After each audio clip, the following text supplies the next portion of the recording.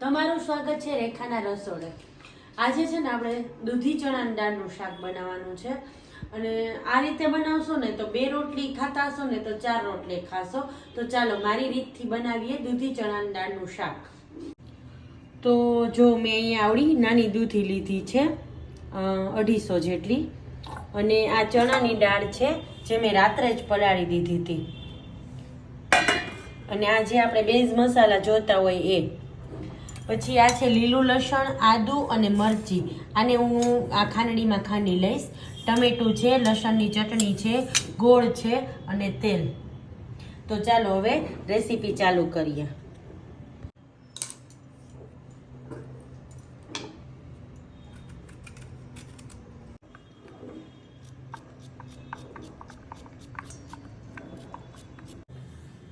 જો મેં દૂધી સુધારી લીધી છે હવે અને હવે જે આપણે આદુનો કટકો, આ લીલું લસણ ને મરચી લીધા છે ને એ પહેલાં ખાંડણીમાં ખાંડી લઉં। આ મિક્સીમાં પણ ક્રશ કરી લેવાય પણ મેં ખાંડણી લીધી છે ખાંડવા માટે। અહીંયા જો મેં લીલું લસણ અને આદુ અને મરચી જે લીધા હતા ને એ વાટી લીધા છે। આ કચરા વાટ્યા છે। જો કુકર લઈ લીધું છે અને હવે એમાં પહેલાં તેલ મૂકું છું। જો મેં કુકરમાં તેલ લઈ લીધું છે અને એક મોટો ચમચો થાય ને એટલું મેં તેલ લીધું છે। આ દૂધી ચણાનું શાક હોય ને એમાં થોડુંક તેલ વધારે હોય છે પણ જો તમારે ઓછું વાપરવું હોય તેલ તો ઓછું નાખજો। મેં શાકના પ્રમાણમાં 1 ચમચો તેલ લીધું છે। જો તેલ ગરમ થઈ ગયું છે અને મેં ગેસય બંધ કરી દીધો છે। તો સૌ પહેલાં સૂકા મરચાં અને હિંગ। હું આમાં છે ને રાઈ જીરાનો વઘાર નથી કરતી, તમારે રાઈ જીરાનો વઘાર કરવો હોય ને તો કરી શકો છો। હવે સૌ પહેલાં લસણની ચટણી,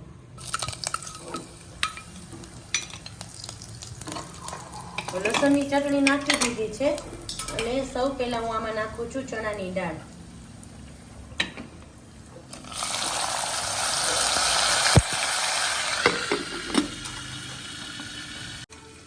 ચણાની દાળ પલાળી હતી ને હું રાતનું પાણી નથી લેતી, એ નિતારી લઉં છું।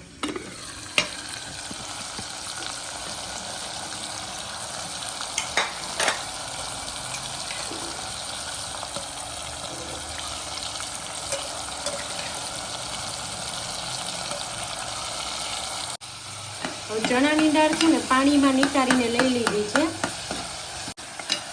હવે જો આપણે જે લસણની ચટણી નાખી હતી ને એમાં આપણે થોડીક વાર ચણાની દાળ આ રીતે સાતળી લઈએ। હવે એમાં આપણે જે રેગ્યુલર મસાલા જોઈતા હોય ને એ તો હળદર પાવડર, ધાણા જીરું પાવડર।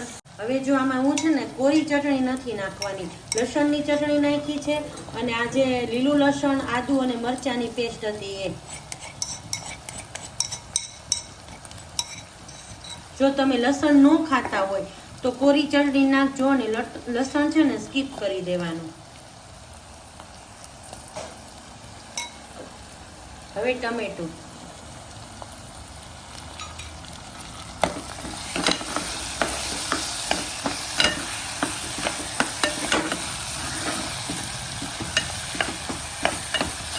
જો આપણે ચણાની દાળ છે ને બધા મસાલા સાથે સાતળી લીધી છે પહેલા તેલમાં।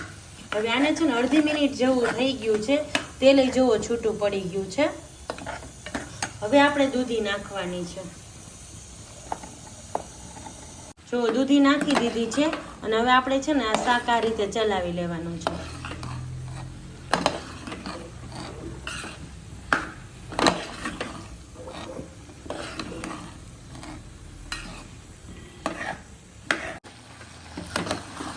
જો દૂધી અને ચણાની દાળ અને બધા મસાલા આપણે સરસ તેલમાં સાતળી લીધા છે અને હવે આમાં છે ને પાણી નાખવાનું છે।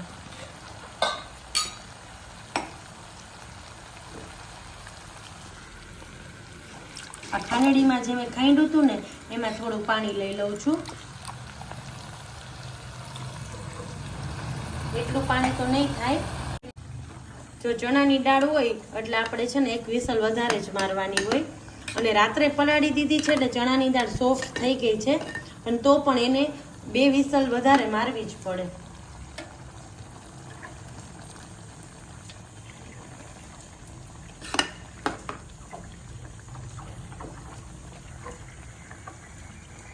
જો લસણની ચટણી નાખી હતી ને એટલે હું કોરી ચટણી તો નથી નાખવાની, પણ આ કાશ્મીરી મરચું છે તો થોડું નાખું છું એટલે કલર પણ સારો આવે અને અમુક શાક છે ને એ કલરવાળા સરસ લાગે.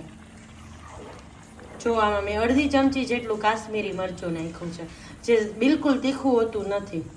અને જો આમાં છે ને શાકમાં તેલ છૂટું પડી ગયું છે.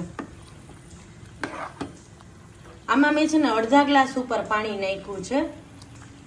પછી જેવો તમારે રસો જોઈતો હોય એ રીતે પાણી નાખવાનું. મેં અડધી ચમચી ગોળ લીધો છે. આ દેશી ડબ્બાનો ગોળ હોય ને એ અડધી જ ચમચી નાખ્યો છે. આ દૂધી ચણાના દાળનું શાક હોય ને એમાં થોડું ગળપણ સારું લાગે એટલા માટે.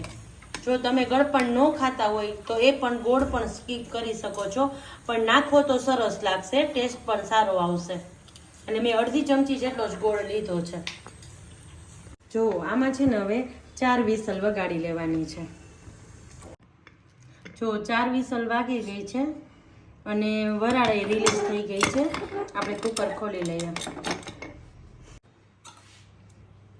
જો આપણું શાક થઈ ગયું છે તો ચણાની દાળ છે ને એ ચેક કરી લઈ. દૂધી તો ચડી જ જાય છે. જો એકદમ સરસ ચડી ગઈ છે અને આપણે જેટલું લચકા જેવું જોઈતું હતું ને એવું જ શાક રહ્યું છે. જો સરસ તેલ છૂટું પડી ગયું છે. તો હવે આને છે ને આપણે સર્વિંગ પ્લેટમાં લઈ લઈએ શાકને. જો દૂધી એ સરસ ચડી ગઈ છે. દાળ ચડી ગઈ હોય એટલે દૂધી તો ચડી જ જાય, પણ આ હું તમને બતાવું છું.